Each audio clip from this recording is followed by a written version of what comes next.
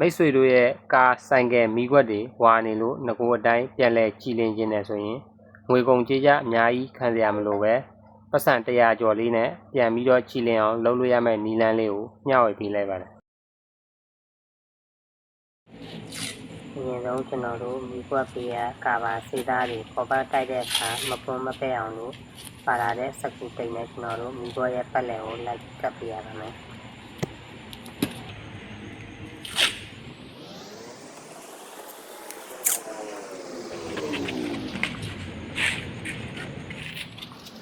ပြီးရင်တော့ကျွန်တော်တို့ပေါ်ပတ်နံပါတ်320နဲ့စပြီးတော့မီးခွက်ကိုလိုက်ပြီးတော့နေရာနှောက်ပုတ်ပြရပါမယ်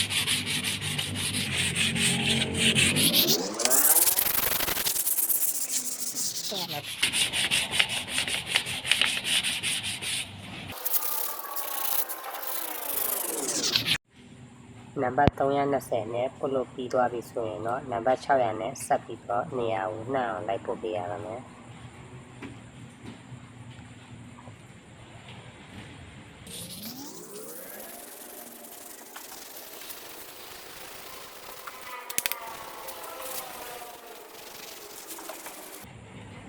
နံပါတ်600နဲ့ပုတ်လို့ပြီးသွားပြီဆိုရင်တော့နံပါတ်800နဲ့နေရာနှောက်အောင်ထပ်ပြီးပုတ်ပြရပါမယ်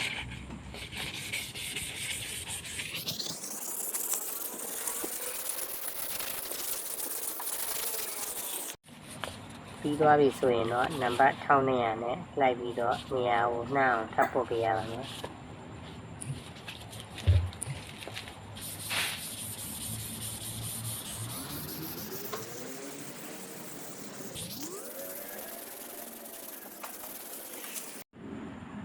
ခေါ်ပတ်စားလို့ပြီးသွားပြီဆိုရင်တော့ကျွန်တော်တို့မီးခွက်မှာကျန်တဲ့အမှုန်လေးတွေပြောင်းစင်အောင်ရေနဲ့လောင်းပြီးတော့အဝတ်နဲ့ချောင်းအောင်တုပ်ပေးရပါမယ်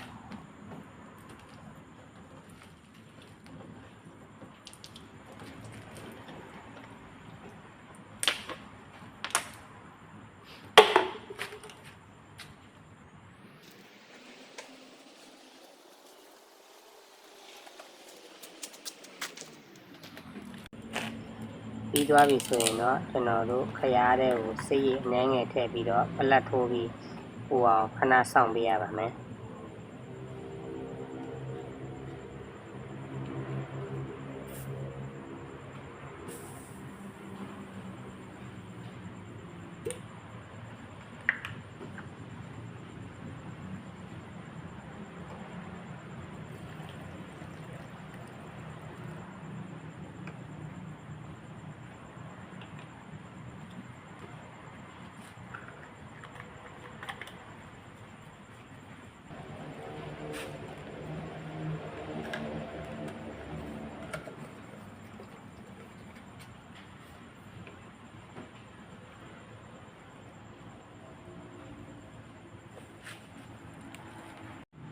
ခရားကနေအငွေ့လေးတွေထွက်လာပြီဆိုရင်တော့ခရားကထွက်တဲ့အငွေ့နဲ့ကျွန်တော်တို့မီးခွက်ရဲ့အနှံ့ကိုလိုက်မှုတ်ပေးလို့ရပါပြီ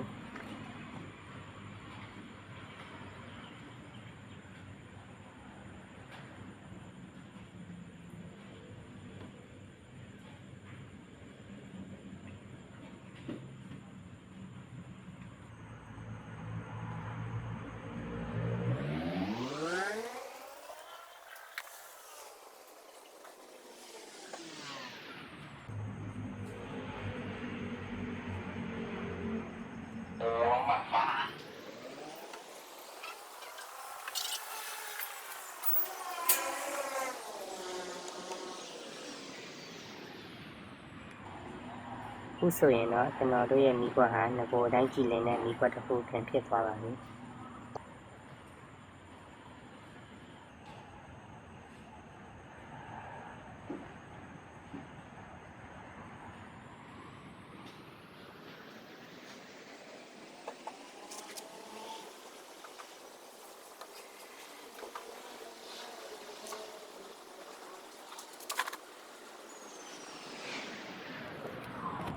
ကျွန်တော်အခုအသုံးပြုခဲ့တဲ့ပစ္စည်းတွေကိုဝယ်ယူခြင်းနဲ့ဆိုရင်တော့ကျွန်တော်ရဲ့ဘယ်ဘက်အချမ်း TikTok ချင်းဟိုဟာတွေကနေပို့ကအခမဲ့ပြေဝယ်ယူနိုင်ပါခင်ဗျာ